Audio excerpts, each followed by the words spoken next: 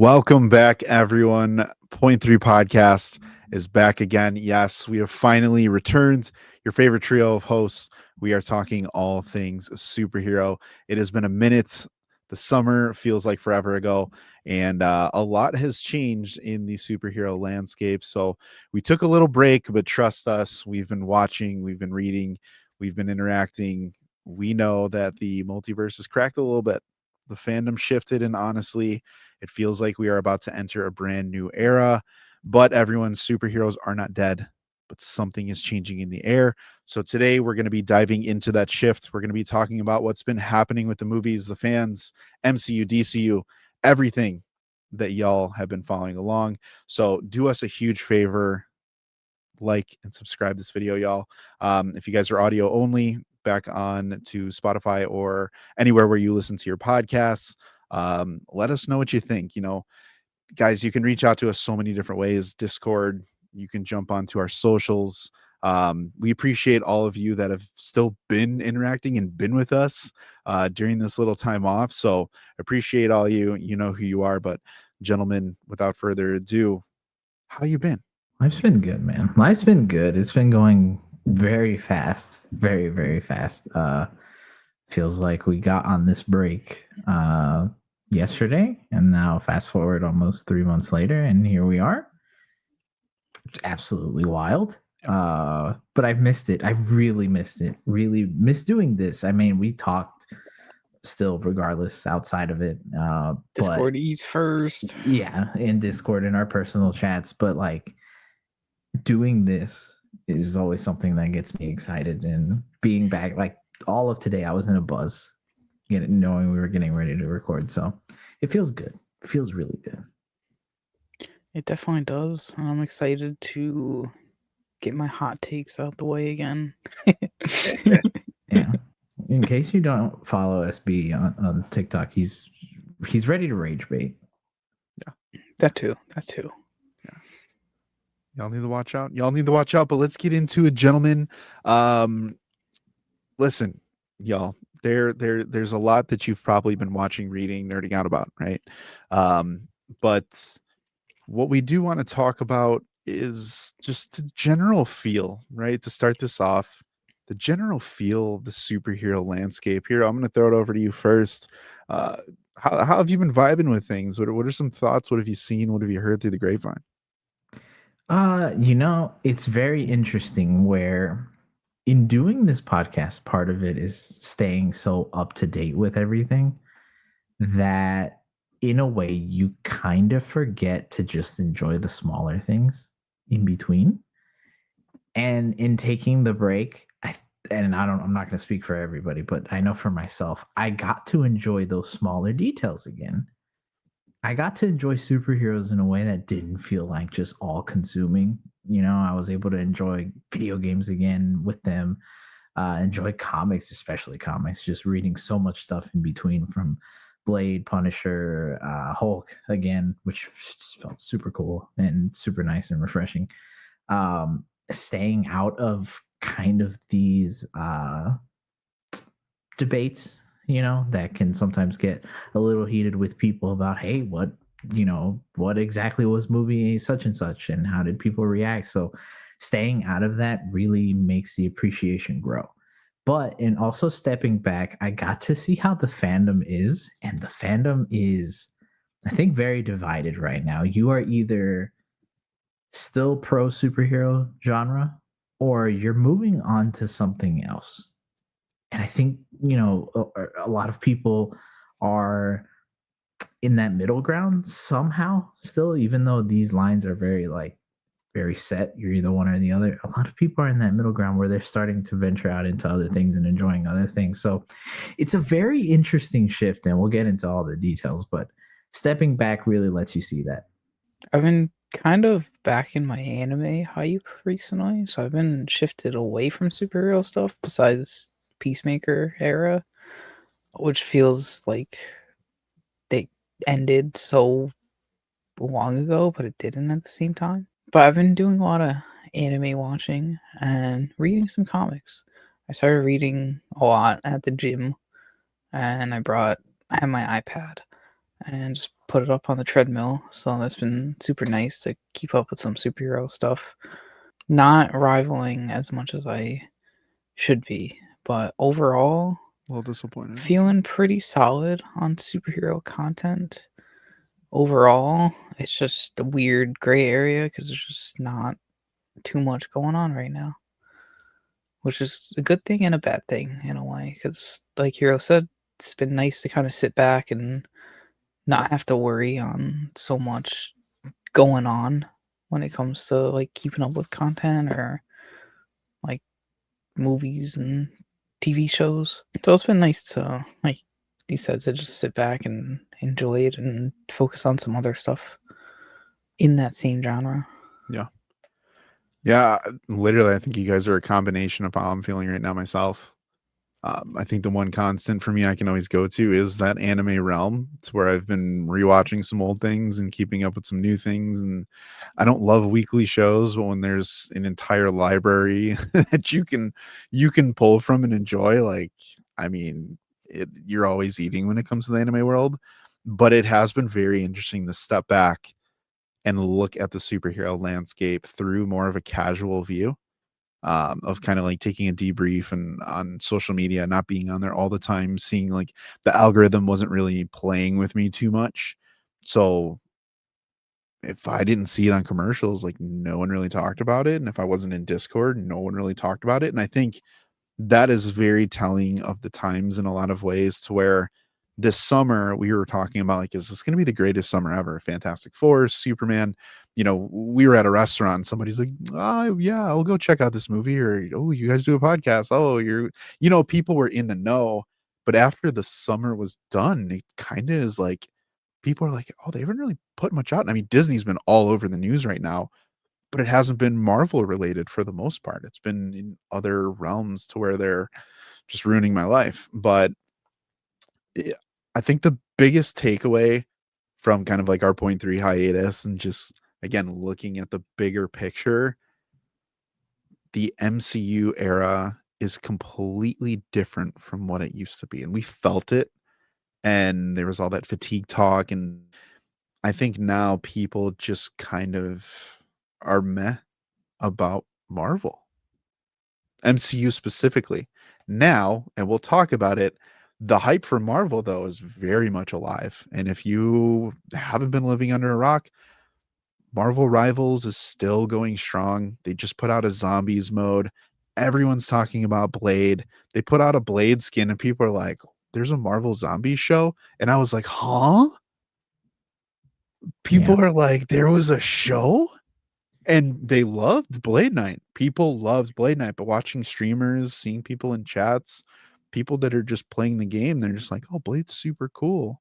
And I'd be like, hey, do you know that there's a Blade movie that's supposed to be coming out? People are like, no, I had no clue. Did you watch the Zombies episode? Dude, Marvel Zombies Accurate Namor is in the game, and people are like, that's cool. The MCU should do something like that. And I'm like, what is happening, man? They should. It's Take just- notes, write this down. It's Write just that down. yeah, it's crazy how the crowd that really built the MCU has either graduated or shifted from being kind of like that general influencer. And it's very interesting too, because I think that that goes into more than just MCU. It goes into the DCU too, where like Superman came, went, and I think largely, and it's not even because of the movie. I just think because of the other superhero stuff that has kind of come out after, and then also kind of the things that have taken away people's focus. It makes Superman seem like such a long time ago. And that people kind of forget that, yeah, Superman was actually just like start of July, which isn't that even that long ago. And then on top of that, SB, like you were saying, Peacemaker just kind of came, went, and now nobody's talking about it. So I think like overall, there's this very interesting shift to, I think like you guys perfectly encapsulate the shift that I feel the popular thing right now, it is anime. Yeah. It And is horror. Horror's killing it too. Not just Horror- because it's Halloween season, but it's been for sure. horror genre's been thriving For a sure. lot But all year. But I think it's like anime right now though is where maybe Marvel Yeah. was a few years ago, where it's like everybody and their mother knows about it, even like, you know, people who live under a rock. But now anime is that, like, between Demon Slayer, Chainsaw Man, those movies coming out, doing really well in the, like, really stupid well in the box office. Better And than every superhero movie of the year. yeah, getting to the point where, like, and again, if you've listened to us before, we all have family members that kind of like are not super nerdy, right? So we kind of use them a little bit as like a little bit of a test crowd to see what is actually hot. And like I got friends and family talking about there's a Demon Slayer movie. What the heck is that? It's so good. And so it's So like when good. that starts reaching those kinds of people, that's when you know something is incredibly popular. And I think anime has just the grasp of everybody right now. 100%. Just to piggyback on that is even for Halloween, like you had tons of celebrities and stuff dressing up as anime characters, and it was mainstream, and people are sharing that, and then they're posting that on like some of your bigger news stations, and it's spreading to older generations. And then like you open TikTok and it's like, hey, do you want to buy these Demon Slayer Hashira shorts? And I'm like, okay, I mean, yes, but like it to your point, I think that's a great way to frame it. Anime right now is, and again, for those of us, you know, us specifically, like growing up, if you were anime, you were like super dork. Like you were the dorky, like the superhero people are like, oh man, you're nerdy. And I'm like, huh? Yeah, even they came up to you. Wow, you like anime, don't you? Oh Yeah. Lord, no. Like, Can't be go your sit by friend. yourself. And I'm Yeah. like, what's happening right now? That seat's taken. you There's can't a sit 12 here. seat table, bro, and 10 are open. Yeah. I'm like, it's just the two of you. No, it's not. Spider-Man is right there, actually. No, and I mean, like, even to that point, though, like, I'd be remiss if we didn't even talk about like K-pop Demon Hunter, which is arguably like the biggest movie of the year. Yeah. I'm still listening to the soundtrack. Like It's literally, time to watch dude, it, I can't my lie. kids make me put it on every single day. Dude, I mean, like, it got to the point where what was last week? The big like Heidi Klum Halloween gala thing. Yeah. That the one of the voice actresses went as her character, like that made like again very casual, like you know, social media news page. It's huge. I just want to point out how bad Sony fumbled the ball on that movie too. Just they like really they did. fumble Right. most things. Hey. Just to bring that up. You know, It's been a while since I've trashed Sony. all right? Sony Gotta animation get it is out. solid, dude. It's solid. All right. Yeah, but yeah, But- anime on top.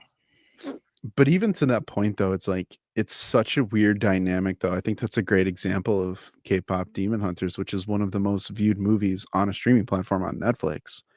But then Disney Plus can't get you to watch any of the streaming shows to save your life. Half the people didn't know Eyes of Wakanda existed. The other half are just like, what's Wonder Man? The other half are like, there's Vision Show. He's alive. And it's like, what? And then you're just like, did you watch Zombies? And they're like, That He's happens. a zombie. yeah. And like, it's very interesting how people can turn a blind eye to Disney Plus streaming shows, but then Peacemaker, for example, regardless how you felt, some people are really hot on it. Some people are extremely cold on it. Streaming, people are watching good. Gen V, The Boys, Prime, still going strong. It's just so interesting to me that what felt like the ace now feels like almost the lowest tier in terms of priority watch for their streaming platform. But let's not get it twisted, though, right? Because I think this sounds like we're low on the genre overall. But I think, as we were alluding to earlier, like the genre expands so far out of just streaming and movies, right? Because a lot of people, the big talking point of this year, hey, no superhero movie at the box office hit $1 billion. That's everybody's big, like, you know, the superhero genre is dead, you know, ring the bells, yay. But I then think, like we were saying earlier, Marvel Rivals, right? Just taking over. The Wolverine game trailer came out and people flipped a lid. It was amazing, right? Dispatch, the like narrative storytelling game where you make choices as a superhero. Popping Like off right now. that's a hugely popular thing right now.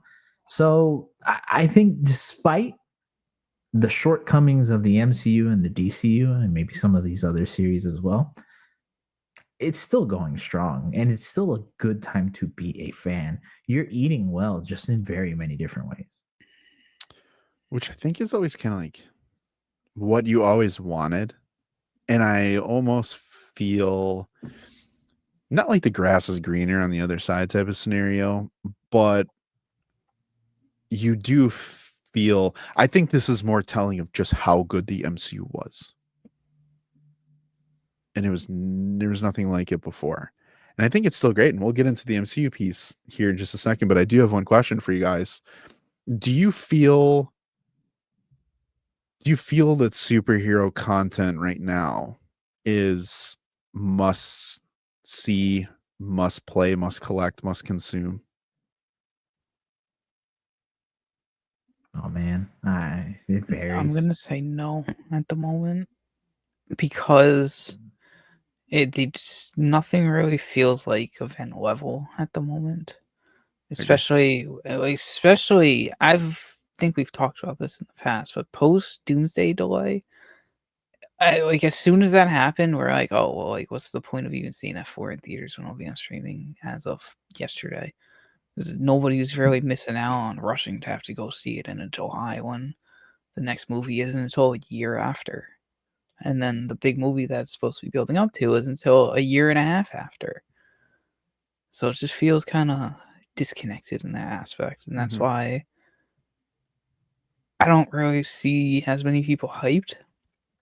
And that's why people are fiending for a Doomsday trailer to be attached to this Avatar movie next month so bad. Just so they get a little glimpse of something for it.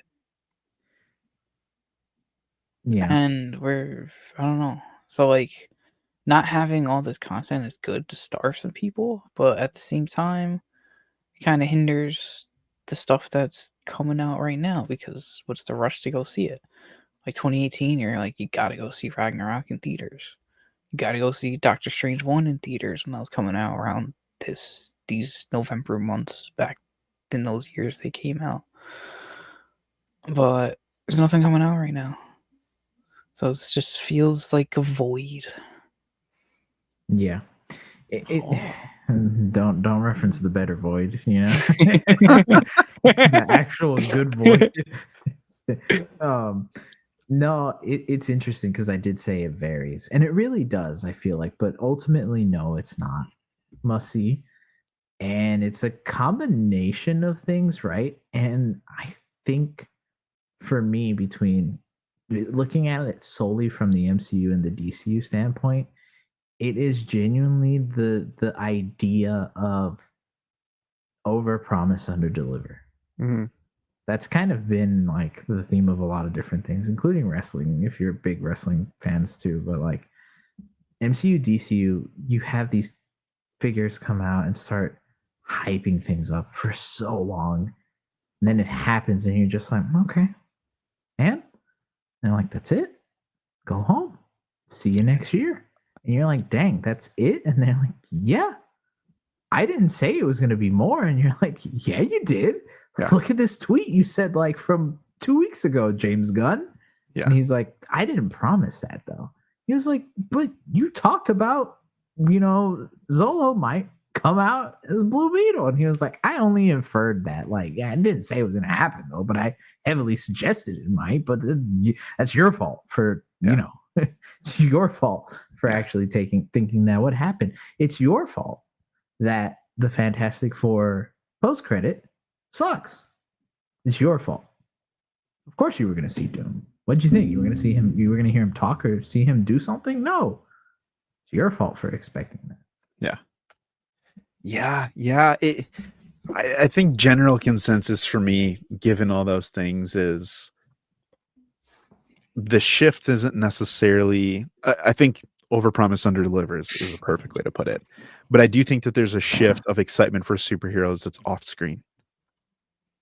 But those shifts off screen, the niche worlds that they're in, the worlds themselves are bigger, and the superhero is a smaller part of that.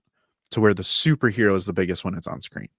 That is when it's at its biggest, most known, it's most effective. But for example, I even say here, like Magic the Gathering Spider-Man. I think that's one of the coolest things of all time. But then you look at any Magic the Gathering people and they're like, meh. Like, it's okay. Marvel Rivals for gaming. The hero shooter people are just like, yeah, no, it's a toxic place.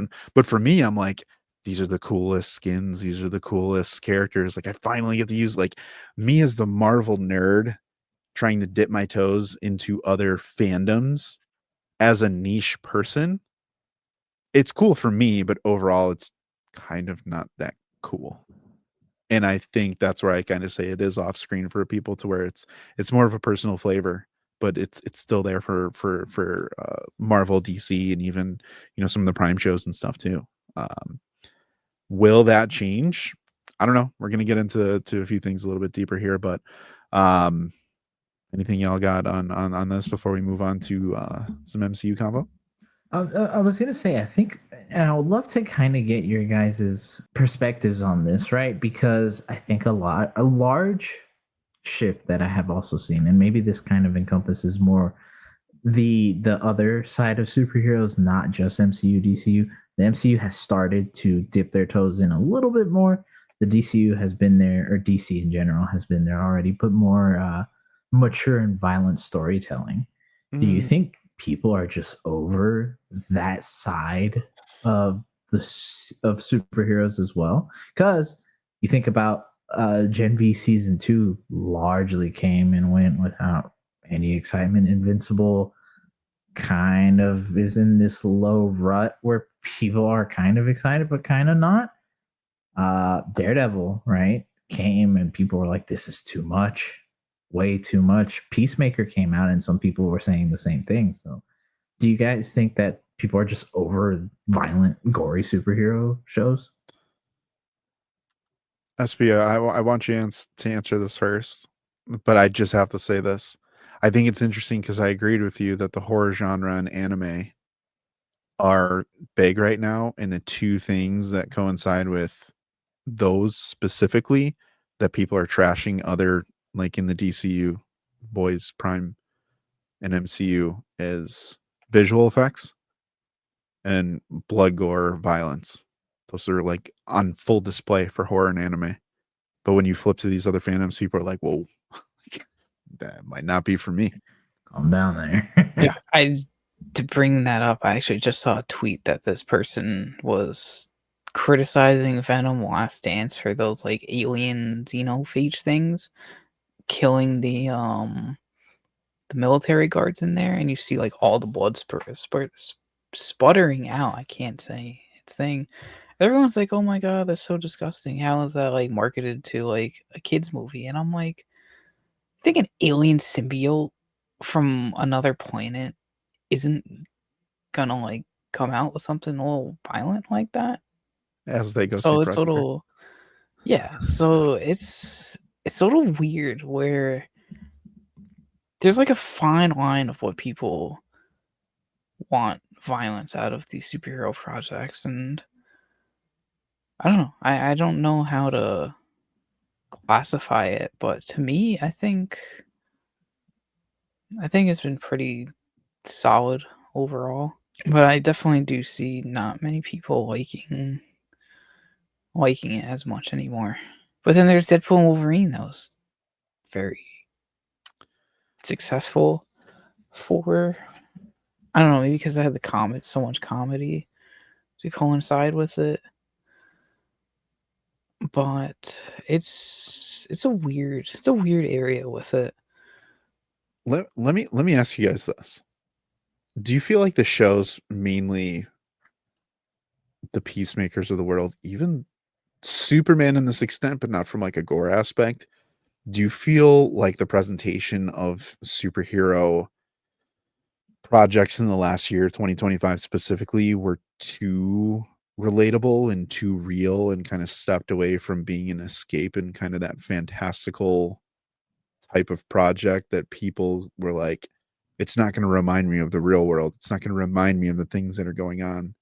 It's not, I can't walk away from this and then flip the news on or open TikTok and be like, oh my gosh, things going on in politics today shouldn't remind me of a villain in a superhero show. I'd say so.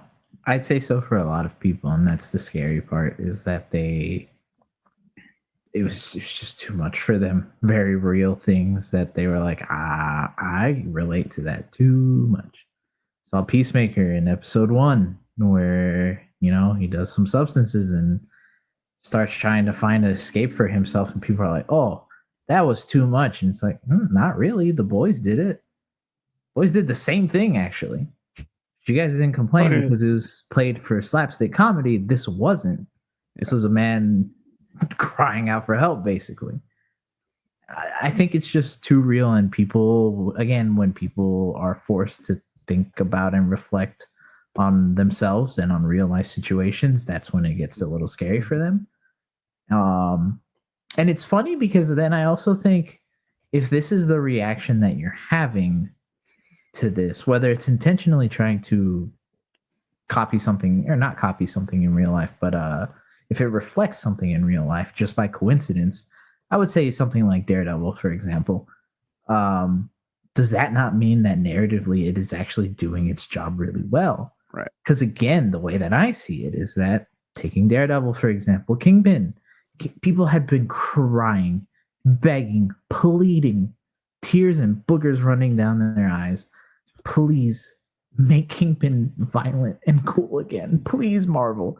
And they're like, okay, we'll do that. And then they do it. And then people are like, oh my God.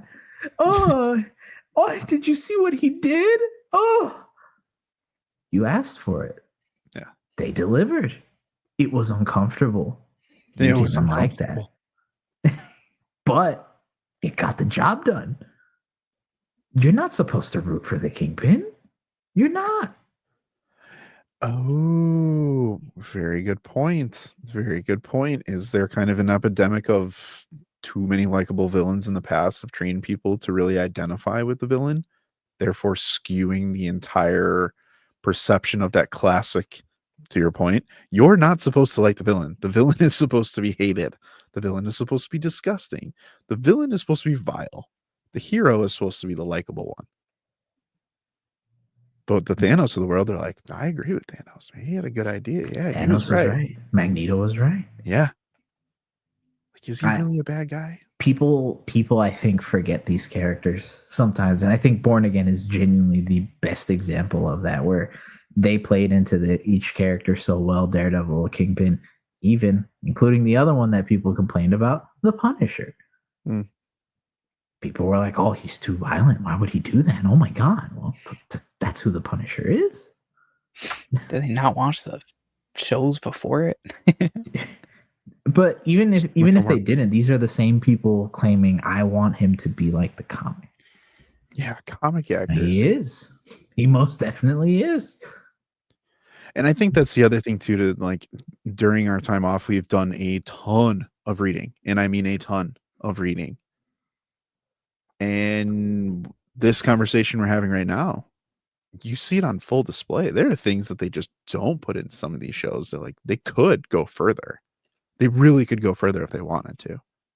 So the source and the accuracy, the looks, the blood, the gore, all that kind of stuff, like, it exists in between the pages, and they've brought a lot of it to life, but it just seems like there's a rejection of it at the moment for your core superhero books, but an acceptance of it in different animated realms and then more fantasy horror genres, which is interesting because that had its time off too.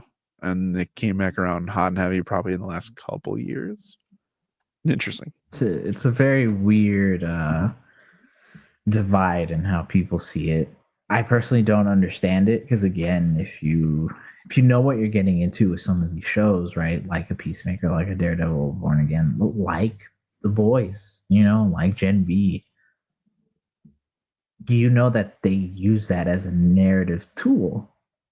So to be like surprised and disgusted, yeah, you're supposed to feel that way, and expecting otherwise is very odd. And especially in something like The Boys, that is what's made it so unique when it Yeah. first came out. I still wholeheartedly believe people did not understand the satire with The Boys. Like they just didn't get it. And then when they came out, they're like, guys, I'm telling you, the creators of the show are like, this is what it is. People are like, oh no, I'm out. I'm out. I'm like, huh? What? Switch up on The Boys was crazy. Wild. Although the milk joke still reign. Still weird. It's That'll always be weird.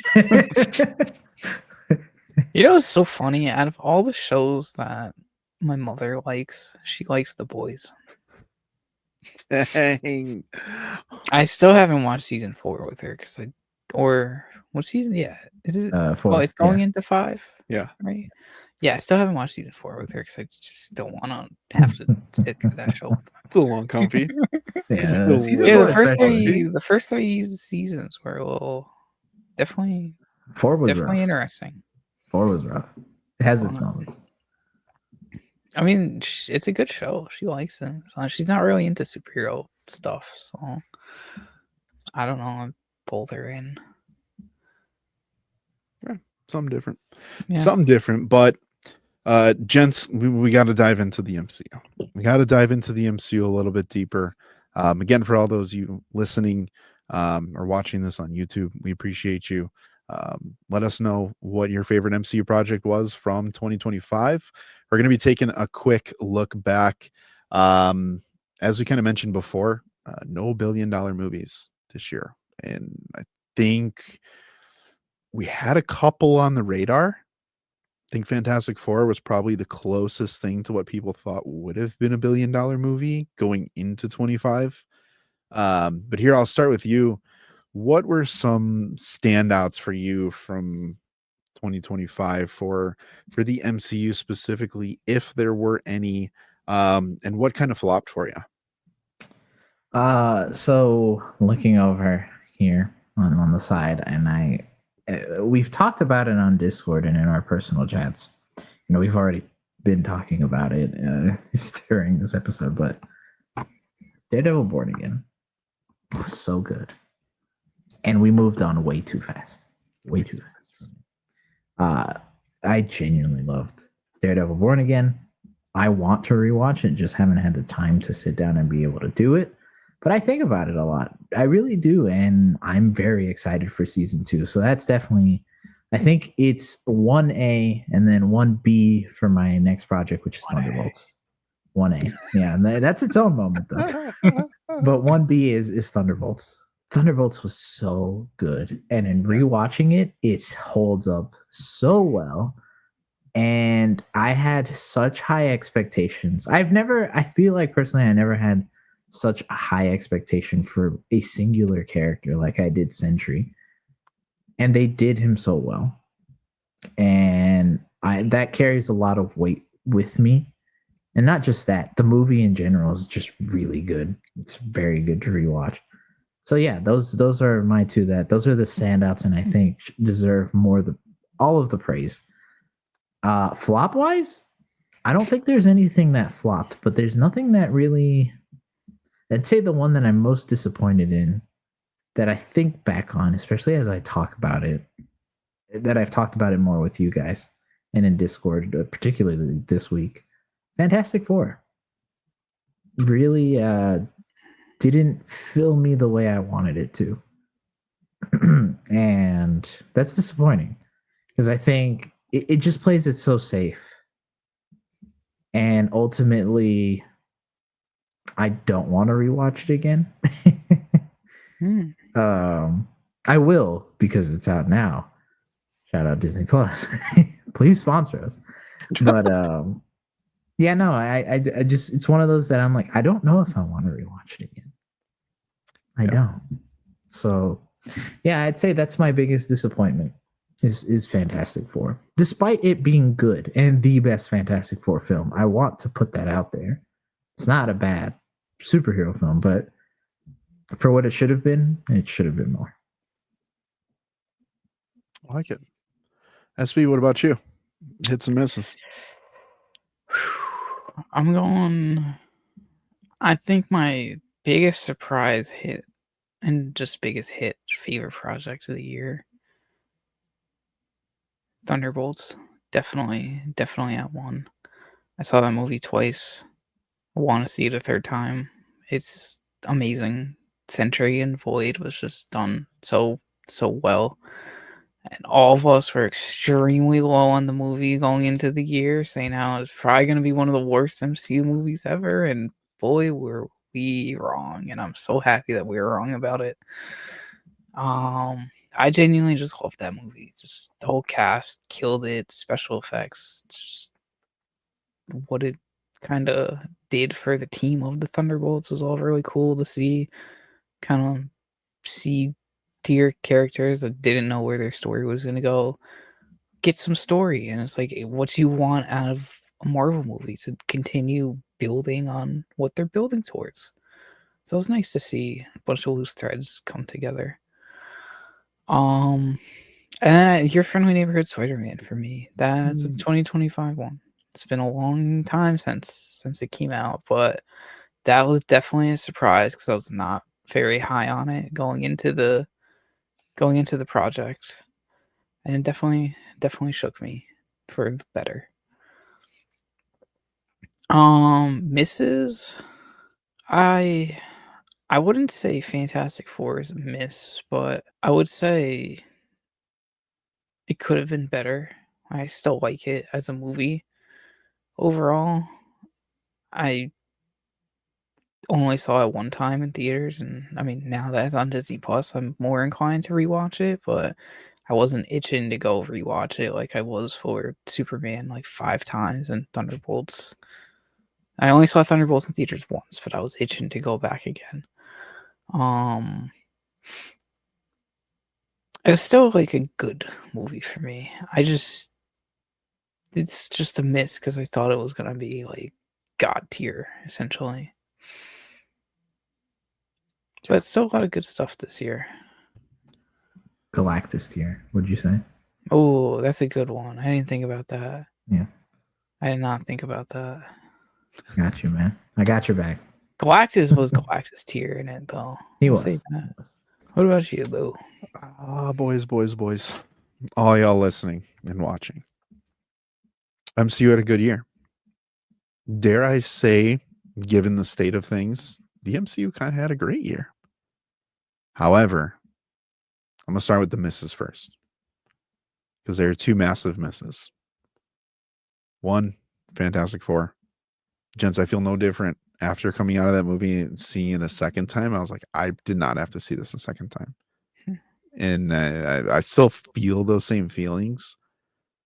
And you really felt, I think, the weight of the overall story, the bigger, greater narrative, especially in the heels of Thunderbolts. Rewatching Thunderbolts, fantastic movie. And then you get to that post-credit scene, I'm like, what?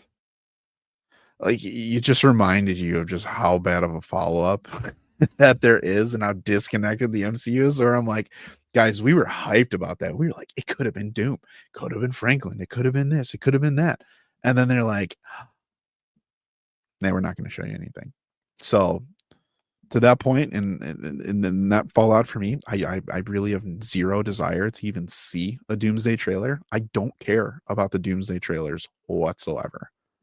I really don't. I want to see the movie. I really am looking forward to the movie because I think they're going to try to pull a rabbit out of their butt and put something in the movie that may not even tell the story of what it is we're going to get. Like, I just have no faith in Marvel to do a trailer expectation right. But I still think the biggest thing overall for this past year, love the animated shows, really enjoyed Eyes of Wakanda, love the stories, love the Wakandan lore, all that. That's all great. But I still think the biggest miss is right here. Captain America Brave New World. I can't get over how big of a flop that movie was. And not because it was a bad movie. I don't think it was a bad movie. But the mistreatment of Sam Wilson as Captain America on the heels of Falcon and the Winter Soldier. Guys, I don't know how there's even a question of who could lead the Avengers next.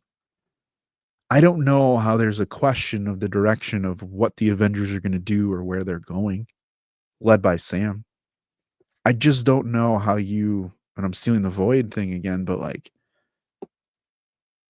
it's kind of going back to what we were saying before of like, well, they're like, well, we didn't tell you Sam was going to be the leader of the Avengers, but it's like, what do you expect when the leader, like the Avenger, hands you the mantle? Like, you're just going to be like, you know what?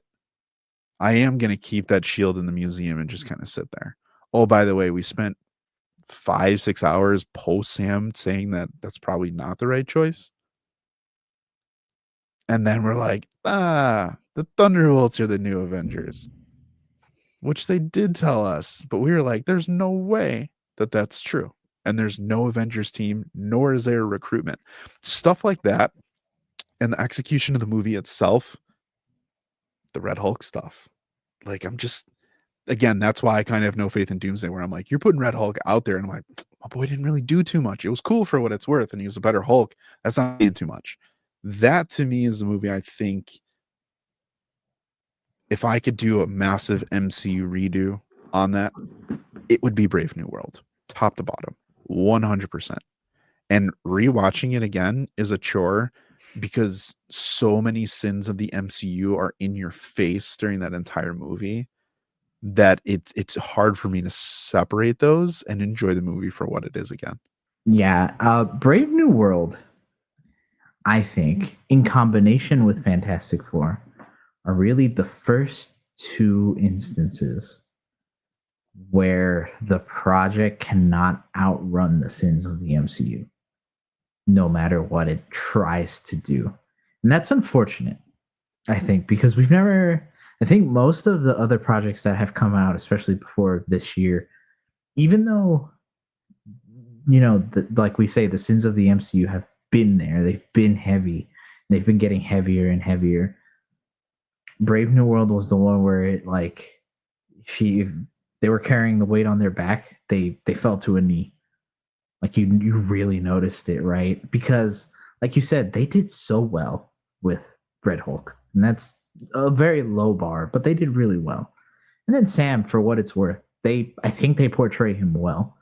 But the problem is, because it's been so long with a follow-up, because you don't get a follow-up after this when he should have, it just feels flat. Yeah.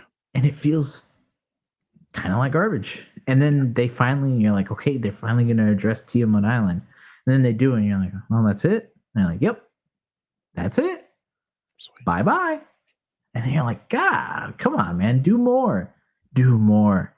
Because we wanted to see you address certain things, right?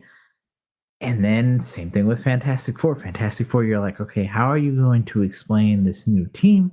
How are you going to, find a way to tie it into Doomsday that makes this must see? Because we know that's what has to happen. And then they take the most cop-out answer. Okay, they're from another world. Okay, everybody and their mother knew that, but they didn't do anything interesting with it. And then, like we already said, the post-credit was garbage. Garbage. I'm sorry, that post-credit does not set up anything for Doomsday. Because we've seen people be like, oh, well, Doom is going to go after Franklin because he was shown, I'm sorry. Doom showing his face to Franklin means nothing. Because they can come right on out in the start of Doomsday and be like, either one, he was a Doom bot. 2, that wasn't actually Doom, if they really want to put it that way. 3, but they said that was RDJ on set. Great. Good for them. Good for them. I just really feel like the Sims of the MCU are catching up big time. Really big. And it's to the point now where I think I don't even know if Spider-Man's going to be able to outrun it. Ooh. That one hurts. It hurts, right? It sucks because a Spider-Man movie with Punisher and Hulk sounds sick. On paper, it should be the sickest Spider-Man. Director? Yeah. It sounds phenomenal. It should be the sickest Spider-Man movie we've ever gotten. But it won't. because literally 6 months later, we're getting Doomsday. So this is a stepping stone. This is all Spider-Man is a stepping stone. Let me ask this question. Well, we're going to talk about some quick kind of like rapid fire news and just kind of what we think about some NYCC stuff here in just a second. But for that kind of future conversation, real quick, if you guys recall, and if you're followers of the channel, you heard us talking about who won the war between basically the marketing and promotion of Superman and Fantastic Four. And I think we said Superman kind of handily won that, but Fantastic Four had good like kind of final month momentum with things that they were showing, the blue carpet event, Tarts. the Pop Tarts and the merch that showed up the day of the movie. And eventually when it got out there, it was cool. However, where Superman felt like an event, Fantastic Four still didn't reach that event level status and feel, right? It felt like it was another movie that came out, right? Obviously Spider-Man being one of, if not the biggest superhero on planet Earth and probably beyond. Do you guys think that they can recapture that event level feel with Spider-Man? And if so, what would they need to do in order for you to kind of vibe with that and be like, okay, we're back? I'll let our Spider-Man aficionado answer this one first. Spider Beard. Yeah, I was just trying to think of something to avoid my Spidey bias. It's, No. it's an event level for me, no matter what. It's a Spidey movie Okay, 4 fair, days fair. after my birthday, so I'm eating good. Sorry. That's an event. But It's fair. from taking that aside, they're probably gonna make it an event, just like make it feel like an event, and somehow have it like some tease to tie into Doomsday. I don't know how they're gonna do it, and especially what gets me so confused and everybody wanting this Doomsday trailer like next month when it doesn't come out for like a year later, and we got Spider-Man before it. Got me. I don't understand what I don't understand anything. I didn't want to Marvel say it. I doing. didn't want to say it, but I was like, I reread some comments and I'm like, do they mean a Spider-Man trailer? Like, there's people asking for the Spider-Man trailer? And I was like, No. Doomsday. I'm like, okay. Yeah, but that's a different story aside. I don't know what they're gonna do with marketing for this Brand New Day movie. I could see them really building off of a lot of the fighting in the trailer, knowing that Destin Daniel Cretton is doing it and kind of hyping it up in a similar way to Shang-Chi trailer and showing shots like that. And just emphasizing that it's like a fresh start for this like new era of Spider-Man and potentially MCU, knowing what's to come after with Doomsday.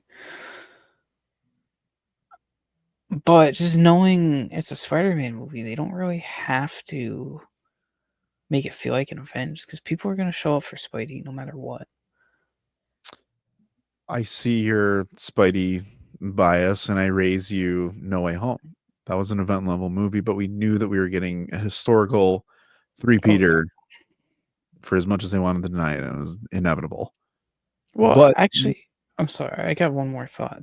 Punisher, they'll definitely be putting Punisher and Hulk, at least Punisher in a trailer, and that's going to hype a lot of people up to kind of make it feel like an event.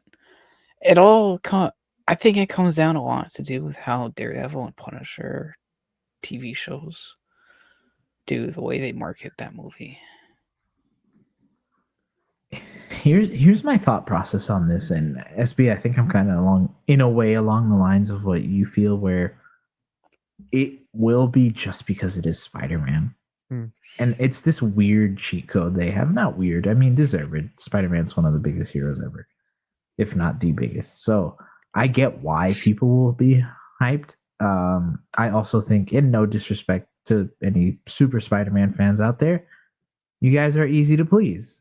Yeah, Let's be realistic. Like, you guys will see the same spider suit you saw in No Way Home and be like, oh my God, it's okay. You guys see some ankle and you're like, yeah, there we go, baby. Spidey's back. The whip, baby. Yeah, no. In all seriousness, though, like for real, it's easy to get Spider-Man fans hyped up. So I think it will be just because of that. But my main issue with it is that I think we're going to get an hour and 30 of one of the coolest Spider-Man movies. And then we're going to get 30 minutes of probably one of the dumbest setups for Avengers Doomsday because they have to. I'm sorry, they have to. They cannot. And there's no world where this movie comes out 6 months before and they have nothing set up for Doomsday. Like, they have literally nothing. Spider-Man is the one to do it. Unless they shadow drop something, which I doubt they'll do. They have to do something to set up Doomsday. And it's going to come at the expense of telling what could be an even better Spider-Man story. And I think that finish is what's going to leave like this horrible aftertaste in fans' mouths because they have to force it in. I'm sorry. And then if they don't, It's gonna be freaking RDJ popping in there. maybe. But then I'm the gonna problem cry. is it's this they're caught between a rock and a hard place because if they don't, fans are going to complain that they didn't. And then that's all the conversation will be about online. Yeah. It's a very weird situation that this movie's in. And that's why I say I ultimately think it's a stepping stone either way. Because if you do something with Doomsday, it's going to be to set it up. And then if you don't, people are going to overlook it and talk about Doomsday regardless. Yeah. This movie to me has the makings of feeling like an Ant-Man movie. Fun adventure. Ugh. Oh, I mean, think about it though. A fun Yeah. adventure that leads into a bigger movie, and you have your lovable characters. Tons of people loved Ant-Man before Quantumania. Like Ant-Man was like top for a lot of people, and they're like Ant-Man's one of the best heroes. And then Quantumania came out. I'm like, I'm sorry, what? but if it's Ant-Man and the Wasp levels of like setup style, I'd cry. Tears of Yeah. sadness. Here's the thing for me, to where yes, people are going to show up. Yes, it'll probably make money. Yes, it'll probably make $1 billion. Yeah, it'll probably do those things that we all deem makes a successful movie for the most part, general internet consensus, right? However, I think this is a perfect opportunity for them to do something that, I mean, wrestling fans, we know this. Give us a few hype. Don't give us trailers. Do not. I think trailers are dumb. I think at this point in 2025, going on 2026, trailers are pointless. Trailer 1 is pointless. Trailer 50 is pointless. I think they should stop it. I think what they should do for Spider-Man, if they really wanted to drive hype and make it feel like a journey, steal from Superman or like any other smart production company and say, hey, in 4 days, we're going to be dropping something special about this movie. In 3 days, we're going to be dropping something special. The people are going to be glued to their devices to see what it is that you're talking about. Each day you drop a costume. Dude, I'm sorry, but go back and look, and no hate, no shade, but when his new costume came out, people loved it People's and going ate crazy. it up. Bro, you got ankle bone. And they were like, oh my, like, oh, brand new Spidey suit. And then we got a tease like something that still doesn't look like the suit that we got. I'm sorry. It still doesn't make sense. It doesn't make But what I'm trying to say though is if they were to give us something along the lines of, we know the characters that are going to be in Doomsday because we watched the stupid chair reveal. You're telling me that the MCU wouldn't be invigorated if they saw Reed Richards listening to Punisher and Spider-Man talk to each other, or Doom listening to the villain in the movie, or them getting a tape or something to where they were spying on Punisher, who's the person who's like, I'm so secretive, you'll never know where I am, but Reed Richards knows exactly where you are. And the recruiting process starts. Maybe it's Sam, maybe it's something along those lines to where you're giving us an idea of what the story and characters are going to be about, but you're also putting another long story spotlight onto a character that's going to be relevant for the movie that you really want to make $2 billion on. We all know it's coming.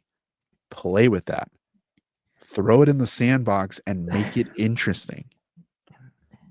That's the part that gets to me, is that they want to treat us like smart fans, but then they don't. That's the hard part. Like, going back to the Avengers Doomsday chair reveal, people ate that up, but it's so unsatisfying at the end of the day, because like a lot of that was given. Most of that cast was given. I'm sorry, there was not really any big real like, oh my god, holy crap. So if they were to do that, I think that would be what's best for that movie, and just in general for the MCU in the next year. 100%, man. I'm sorry, but do you know how wild the internet would go if they saw Beast saying, we didn't have this person on our Earth? I don't know who this is. We need to study who this character is. And they're talking about Spider-Man, or they're talking about the symbiote, or they're talking about something that people would be like, damn, are we really going to get a black suit Spider-Man? Like, you can swerve me a little bit if you want to on that kind of stuff. That's fine. Give me some lore. Hell, if you really wanted to, you could even throw out some null voiceover and have people saying he's going to be the character that's going to show up in the end. No. Hear me out. Hear me out. But it is to set up future things to talk about the characters that exist, to where we haven't had in the longest time of that to me of like, if we got a null talking about 616 and it was a 616 null, that's no different from a Thanos post-credit scene, in my opinion. And you know but what? It's bonus. This would be the perfect time for them to utilize those short films that they used to do. 100%. Like Team, what was it, like Team Thor and yeah, the Trevor one. Bro, drop it on YouTube. A random drop on a Thursday or whatever the secret day apparently short is. Film. Yeah. A 15-minute short film. Y'all got enough money. And they could do it. People would eat Strange. it. Dude, I think one of the coolest voice lines that I continuously hear in Marvel Rivals, because I play the game way too much, is when Blade and Strange, you pick Blade and Strange on the same team, and they're rolling out a spawn, and they're like, Strange, when we're together in the same place, something bad is happening. And then Strange follows it up, and he's like, listen, we're going to figure it out. And like, they just have cool dialogue, but you know it's going down if the two of them are in the same space. Little stuff like that. I have no problem. No problem with that. I just think those extra 3, 4, 5 minutes that can add up over the course of the next year to a total of 15 minutes, to your point, I think that would go such a long way to help alleviate the issues of the fatigue and the interest and the energy. It's just all not there. Got to do a little bit more, because you're not going to do a blue carpet with Spider-Man. I'm sorry, you're not. Fantastic Four, the Baxter Building, and their whole vibe. Nobody else has that. No one has it except for maybe the Avengers and maybe the X-Men. Spider-Man doesn't. It'll be very interesting to see what they end up doing and how they go about it. But to continue on and talk about like some other stuff with the MCU too, because 2026 Doomsday's not the only thing. We're getting things like Born Again Season 2, X-Men 97 Season 2, Your Friendly Neighborhood Spider-Man Season 2, along with so many other Marvel TV shows. Vision Quest, being I think probably the biggest one. Wonder Man at the start of the year, and then I'm sure we're getting some. I'm forgetting about a couple others off the top of my head, but SB. Hearing some of those projects, any in particular that you're keeping an eye out for, that you're most excited for? Besides Spider-Man's, because I would probably put Spider-Man 1 and Neighborhood Spider-Man at 2. It's been Brand New Day at 1. I can't talk. And Your Friendly Neighborhood Spider-Man at 2. But I'd say I'm really excited for the Vision show. I think that's my slept on one. I think will be slept on. Mm-hmm. I was hyped for Agatha, and I kind of just really like what they're doing with this Wanda TV trilogy type thing. And it seems like that's kind of like what they've wanted to gear Disney Plus around, and finally getting to see some of it go down. Pretty excited, because Ultron's coming back for us. So we'll see where that's tying into. Or it could be like Secret Invasion, and then people Ugh. just die in like 2 episodes, and the show's pointless and doesn't connect to anything. Vision never comes But back, and it's actually about After that would be crazy.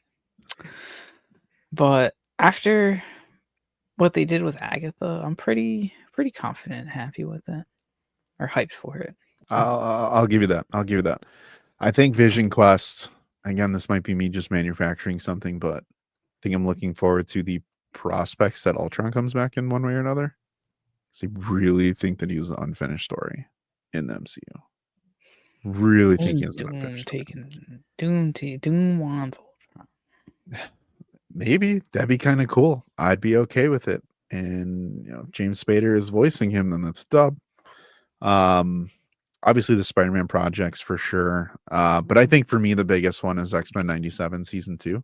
Very curious to see how they follow that up, especially with the the Bodemayo stuff and him not being part of the project. What's the story going to look like? How Force is it going to feel? Are they going to rush it? Like, I'm very curious about the production of this because season 1 was so strong, and it is like the truest version of the X-Men I think we've ever gotten adapted. But yeah, X-Men 97, I think I want to rewatch season 1 right now. Yeah, X-Men 97. That like far and away, like even over Spider-Man for me, that's my number one MCU project. Yeah. For me, it's big time. Born Again season 2. Yeah. I love the story. Again, I can't gush enough about season 1, but I can't wait to see how the story continues, where they go with it to where they go with Matt's story, Kingpin's, even Bullseye. The sleeper one, hopefully we get it next year. I don't know if we will. The Punisher special, hopefully. That's another one that I'm excited about. And then definitely X-Men season 2. 97 season 2. A good buddy of mine, one of my best friends, hadn't seen season 1 because he's not like super into the animated shows like that, and we started rewatching season 1, and it just took me back again, like all the feels, just watching episodes like 1 and 2 and 3. So good, dude. It grabs you, and then I finished it on my own, and I'm like, yeah, I need to give me season 2 right now, dude. Listen though, 2026, just those 3 projects alone, I think they could take down 2025. Yeah. 2026 is huge for Marvel. I really do believe that. Yeah. They can forget kind of the past few years, I would say maybe 24 and 25. Just kind of the low, even though there's been some really good highs in those years. Some of the lows I think could be erased with this upcoming year. Quick question. Do you guys feel that Marvel's in a rebuild? Yes. At the moment? Okay. Yeah. As a Giants fan, yes. There's some good moments here and there, but it's just a couple years of pain. I was saving that blanket that you have. I put one in the chamber for that. Well, if we're saying Marvel is in a rebuild, DC, the DCU specifically, is starting fresh.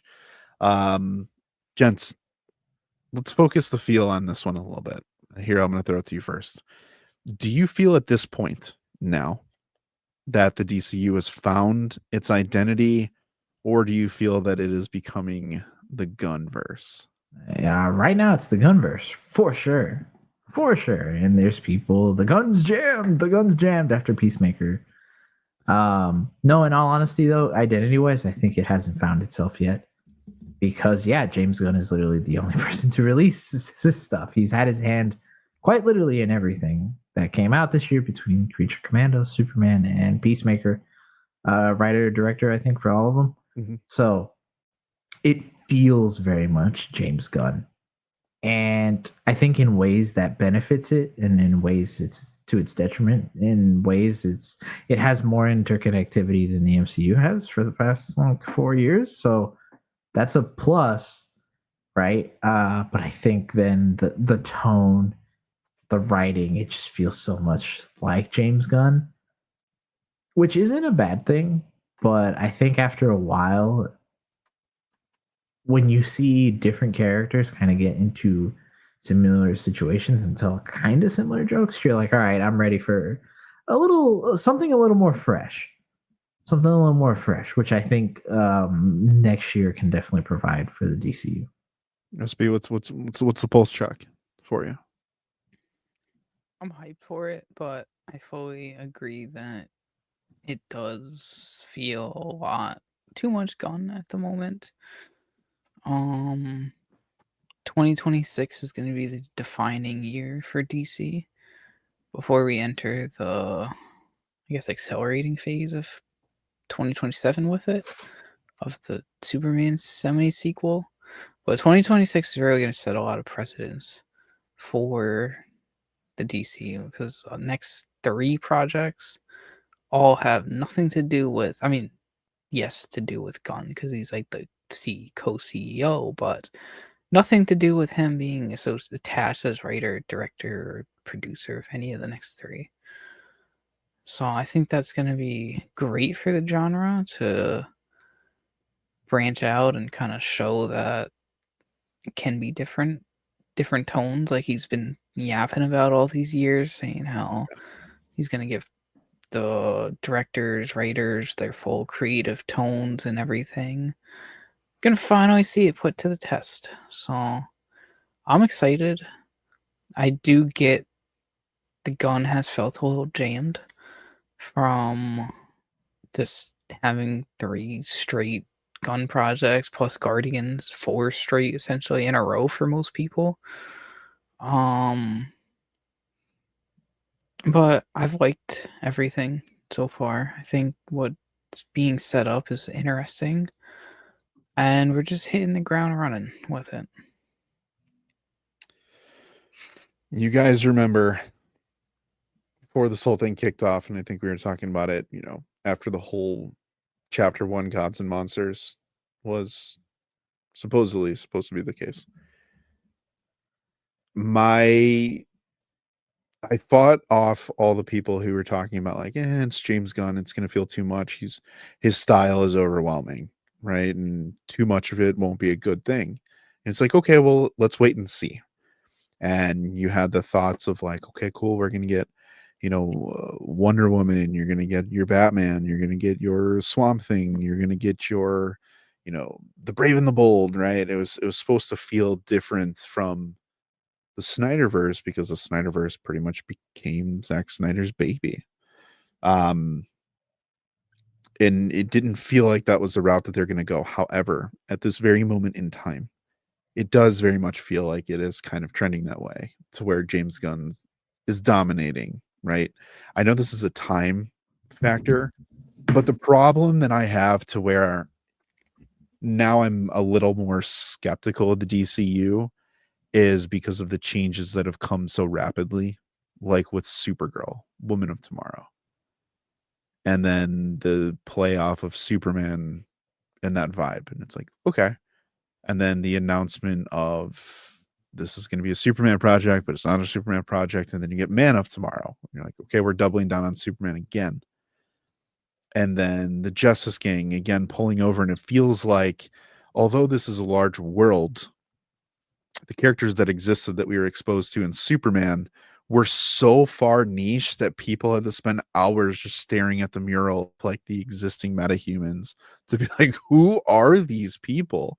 And it was a missed opportunity to establish some core characters that exist today.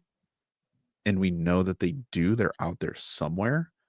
The universe that's being shaped out right now doesn't feel as big as I hoped it would.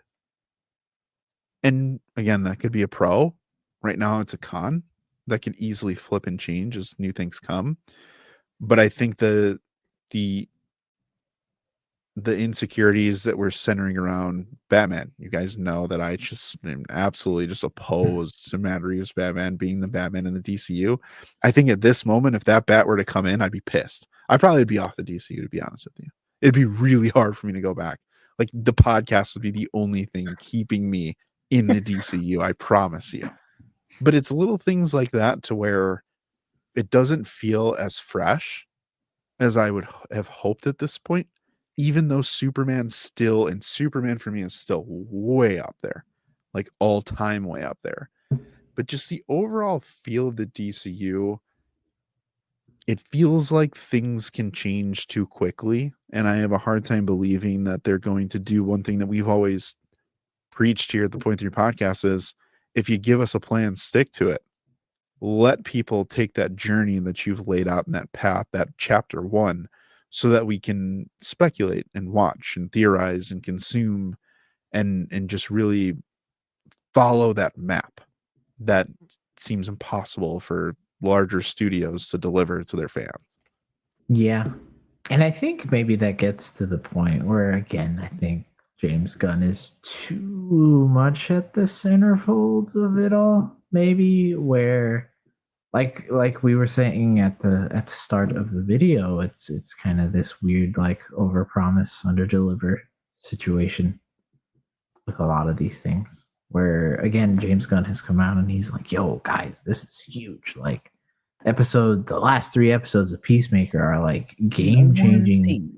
Yeah, game changing for the superhero universe." And then you're like, was it? Was it really? And then you're like, he's like, "Yo, by the way, like the last episode is what I pitched the entirety of the DCU on. That's what landed me this job." And you're like, "Holy crap, this has to be big." And then it comes out and it's like, what? He's like, "Yeah, that is what landed me the job." And you're like, "What does it mean?" He's like, "Don't worry about it. Shh. You'll find out later." And it's like, yo, what? That sucks. That sucks. I just really hope that they stick to a plan, but that they also don't start doing the MCU thing where they talk themselves into a corner. And because that carries such weight with fans. No. And it's hard when, for example, when Marvel does it, I think fans kind of do it to themselves sometimes. Maybe like 80% of the time it's fans doing it to themselves. But right now, and I'm just saying it with Peacemaker just because of how egregious it is, it felt so intentional and so overhyped. And then none of it happened. And like that hurts it. I think that hurts what I honestly think was a very good season of Peacemaker. Mm-hmm. People can't stop thinking about that. Yeah, and I think the other thing, this is a personal thing for me. It feels like the Lanterns of the world are going to be put into a corner now. And it feels like it is Superman's universe. It's Superman's world. Earth is the focus. And if there is a Lantern connection, again, this very well may change, and I hope it does. But like, Guy Gardner is the Green Lantern right now. And I find it difficult that James Gunn would put his buddy out after he had so much success as Guy. And it feels like that's the main Lantern. And for the foreseeable future, it is, even though we have 2 Lanterns who are the bigger Lanterns coming. But I get nervous about an HBO Max project at this point. Even though Peacemaker Peacemaker was a really rock solid show. Like, it looked good, it sounded good, it felt good for the most part. I don't know. I'm a little more hesitant at this point about the DCU than I was walking in the Superman. And by hesitant, I mean buying into the notion that the DCU is going to hit most of the times, and it's going to take you on this wild journey through the DCU characters that we haven't gotten since probably the 90s animated stuff and Justice League. That, I think, was the thought around a lot. Again, some of this is on me for sure, but as I kind of remove that and look at what we got, I'm like, I feel like we're getting like 0.25% of what we probably should be at this point for the start of a brand new universe. For sure, because, and I think that's where, like SB was saying, it's this year will be so different because, and like you said, Lou, as well, it's going to be so detached from Superman, hopefully, right? That it can separate itself from that.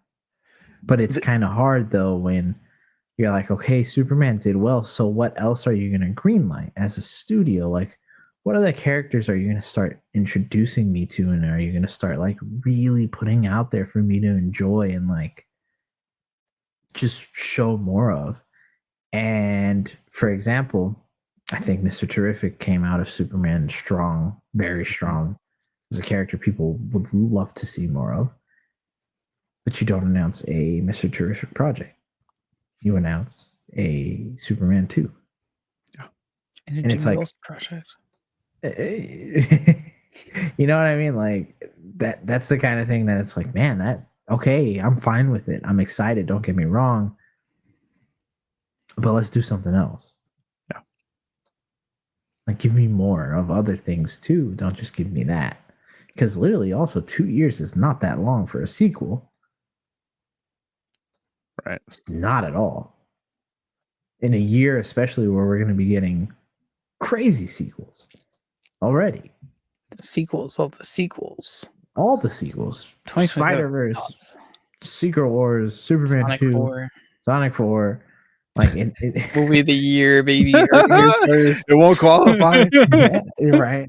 Yeah, but no, it's huge. Honestly, like huge sequels, and now you're just throwing it onto the pile But guys, instead of making something new. we're gonna get Clayface. Hooray! Like that's the kind of stuff for me where I'm like, huh? Like, why is that a good idea? Why is Clayface a good idea? Like, why am I going to be excited to go see Clayface? And the reason why I'm nervous about that is because they're launching in a studio who has notoriously looked at the dollar and been like, you don't make enough, we're just going to burn the rest of it down. Feels like a Sony move. Right? Kind of. And I think, and again, I feel like I've sounded so cynical on this, is like, well, what'd you do in your time away? Just bash an entire superhero genre? And it's like, well, no. However, things that you think would be changing to create positive momentum, I'm more so in that you need to show me. Like, I'm not just going to give you my money and my time anymore. Just aimlessly. Wild. Yeah. Just, you put it out there, I'm going to be the first one in line. I am no longer that earliest adopter of these projects. You make it very accessible for me. I can binge all this stuff in a day if I wanted to. But I have no reason to try and move people out of the front of the line so that I could be the first one in there. Superman did that. Superman for sure. I was like, you know what? The world needs to stop right now because I need to see this movie. They did a great job with that. But again, follow up. It's difficult. Completely understand that. But the way that they're doing it now to where we're like, this is a lot of James Gunn. He gives more feel of James Gunn for the next foreseeable future for the next few projects. And I'm like, I don't know. I just don't. And then there's one last thing that I'm just going to throw out as my Lou complaint. We're getting a freaking Batman 2, and then we're supposed to see a brand new DCU Batman. And I'm like, I can't keep doing that. I can't keep doing that. I think that's stupid. I understand the relationship that exists. But again, I'm also the person who doesn't want that Batman to be the DCU Batman. So like, it's like I can't have my cake and eat it too. But things that should feel great long term and time again after they're done, I just don't see it at the moment of how we're going to have that high because they nerfed the Superman high. They literally nerfed the Superman high very quickly. Hey, it's going to come out to streaming. We moved it quick. We moved the needle because Peacemaker is coming out instead of just sitting in the Superman. And then they're like, oh, you guys like it so much? Well, here comes the second movie. And oh, by the way, we're pretty much making Supergirl secondary by changing the name so we can apply the Superman. That to me feels like butt. It don't feel good. It doesn't. It doesn't. And going to that point of like just the multiple Batman and just feels cash grabby. Feels very much like how much Batman stuff can we do? Because we know Batman will sell. And that's why I said that the Clayface thing feels very much like a Sony thing where it's like, hey, the Joker 1 made money. So clearly people want to see Batman villain movies, right? So let's make Clayface. And then it's like, okay, it can work. Yeah, don't get me wrong, but No one's clamoring for that. Really, realistically, no one is. It's intriguing, but nobody wants that really. Yeah. And now I feel like they're going to come out and they're going to be like, hey, look, Clayface, let's say if it was successful, we're in a future where it is. And like, guess what? Another Batman villain Phase movie. 2. No, here we got one better. The Mad Hatter movie. Ooh. You like that, don't you? How about this? The Poison Ivy movie. Wow. Or the Ra's al Ghul movie.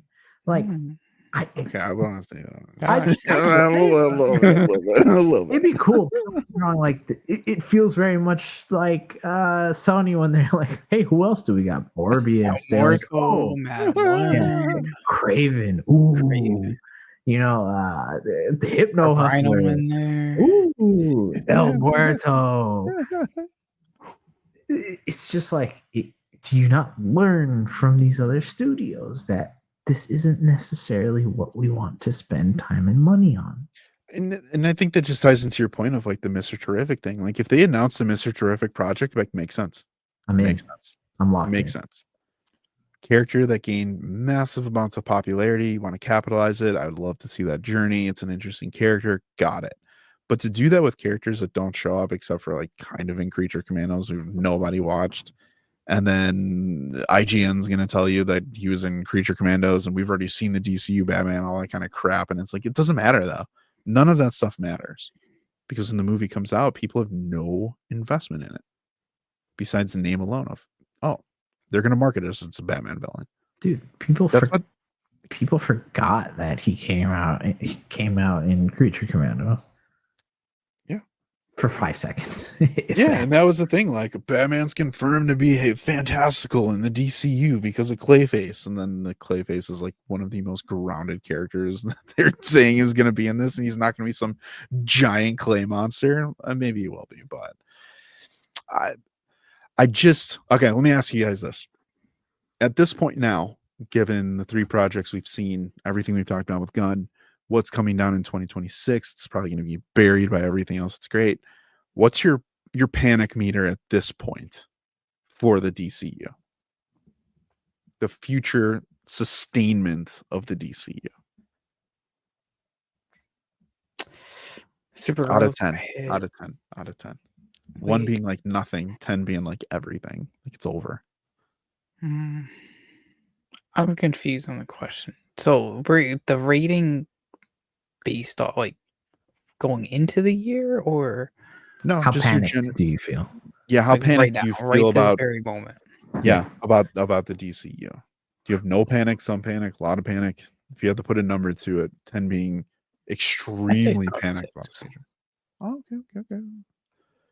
Mid panic.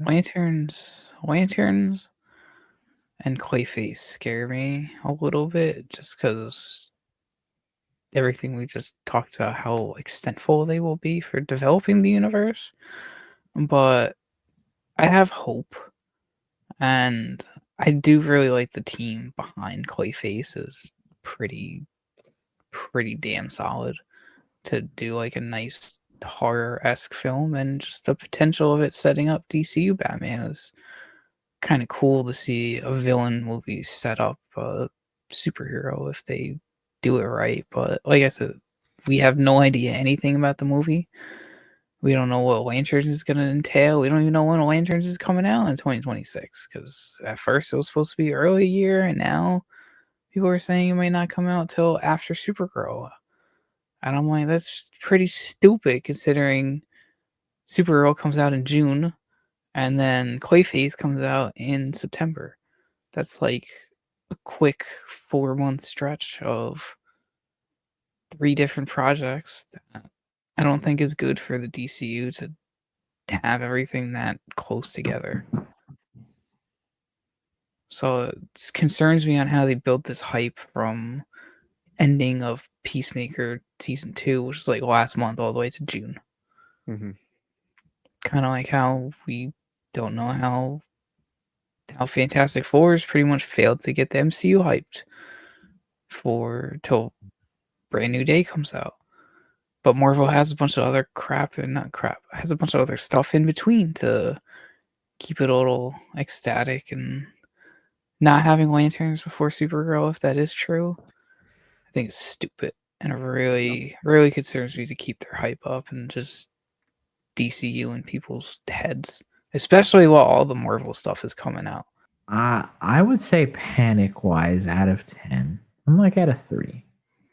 It's low. It's there. It's bubbling a little bit. You know,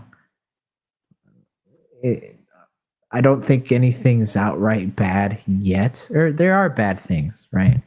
I think James Gunn overhyping and underdelivering isn't a great sign. But I also understand that you are the CEO or you're the head of the studio, so you're gonna hype it up. So you probably have to talk it up, right? You have execs looking at you being like, "Hey, why aren't you talking about this? Why isn't this making us money?" So you're gonna talk about it so that it does. So low for now. I really think that if Lanterns comes out and it's not good, if Supergirl comes out and doesn't do enough to differentiate it from Superman and a feel of Superman, that's when my panic will go up to probably like an 8. Because that just means the DCU is going to feel very samey. Yeah. I think that's why I'm like a 7.5. Because I think there's a real world to where a year from now we're looking at it and we're like, I don't see how this goes forward. Like there's a real world where they could shelve a lot. I don't think there's enough that's established. I don't think their roots are deep enough, and there aren't enough of them to make people miss the DCU yet. And again, I know it literally just started like 5 months ago. Wholeheartedly understand that. Really do. They've erased the DCEU. It is the new DCU. But again, to that point, the next few projects don't establish enough to make the DCU withstand the wins and the backlash that may come if their projects don't succeed in the way that people need them to succeed. And that's why we said it, and I think it was our post Superman video, to where we were like, you know, no, it's our preview. Who's like the most anticipated DCU character, or who's most important to the DCU? And I think we had Superman, but we also had Batman.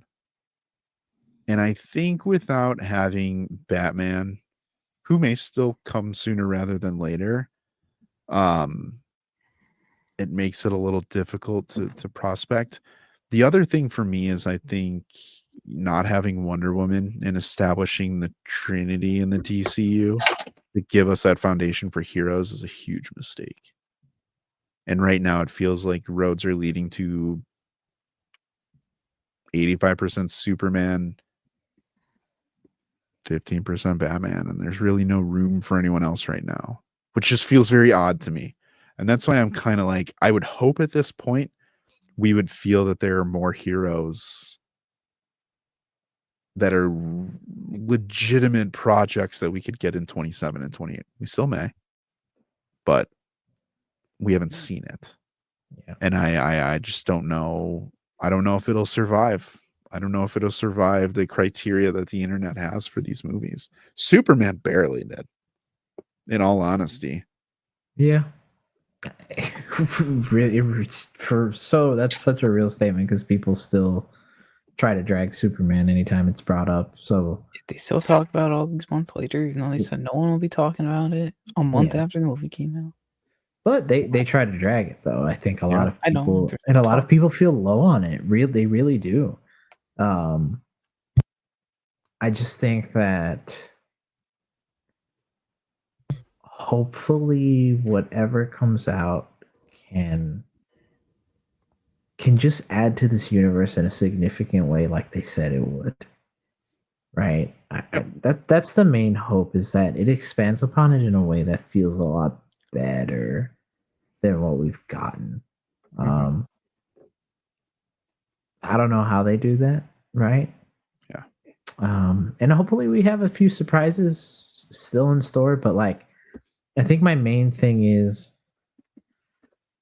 we know what's coming out, and one, we haven't seen anything on it, when it feels like by now we probably should have seen at least something. And for this to be your debut year, for it to end in such a flat Yep. dud low doesn't feel as good as it really should be. Bump that 3 to a 4, man. I'm gonna stay at 3. Dude, I really will, that's but- a fair statement. You think your first not even full year into a brand new launch, the calendar year end, people are kind of like have the ick? Like, that's not good. It's not good. And especially knowing that the next project is until at least June.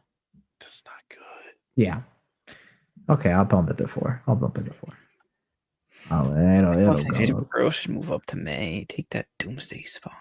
Supergirl definitely should move up to me, but you guys got to remember her portrayal for a lot of people. Like, if you know the character, fine. But for a lot of people, they're like, am I really going to want to go see the movie about a drunken Supergirl? Despite us being kind of low on the DCU, kind of low on Marvel and the things that they're doing, it's still a good time, wholeheartedly, to be a superhero fan. There's so much next year to honestly look forward to, between comics, between games, between movies, between shows, that you're still going to be eating good. So don't listen to this conversation and think, oh, we hate the superhero genre. We don't. It's just, this is the very real state of it. It's in a weird limbo, a very weird limbo, where there's good things and then there's really crappy things. And learning how to accept both is a little harder when the lows are as low and the highs are as high. Yes. They have my biggest takeaway from all of this, though, is they're still at a point to where if they flip a switch and they keep revving it up and up and up, the buy-in will come back like we've never seen it before. Like, it's still right there on the edge of teetering of like, is the avalanche going to start? Like, are we going to keep tumbling downhill, or are we just going to bust through the mountain? And I still think that golden age conversation we have is very real.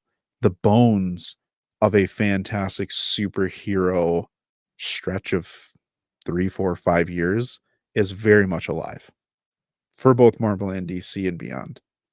Collectors, toy, like, we have fantastic games that are coming out. Like, there is a lot that's happening and a lot for us to consume. But a year from now, for having the conversation of like, this hands down, bar none, was quite possibly the greatest year for superhero ever. Very real. Very, very real. So I don't know. I mean, I'm looking forward to it for sure. I just think if they're listening, again, listen to your fans. Listen to your fans, not just your influencers. For the love of God, not just your influencers. Please. Please. The everyday fans who are willing to spend their money that they may not have to go see your movies, you saw it on full display over the summer. Get with them a little bit more any way that you can, because I think people will tell you what it is that they really want to see. I don't think people are shy to do that, whether it's in person in an interview or on social media. Just filter through the toxicity and the junk and be like, hey, this is what I want to see for Spider-Man. Cool. Let's do it. Or just scrap it and do Marvel versus DC for like 10 years. Yeah. I'm sorry. That's just a dream. Omnibus is right there. And I'm going to buy. Maybe. Yeah. No, it's a good time. It's a good time. But it's going to be an even better time here on the podcast. All right, because we're back. Like we said at the start, we're back. We are going to be hitting you with so much more content over the year. Be on the lookout, right? I think, gents, this is kind of like our return / soft launch into a relaunch in a way. Yeah.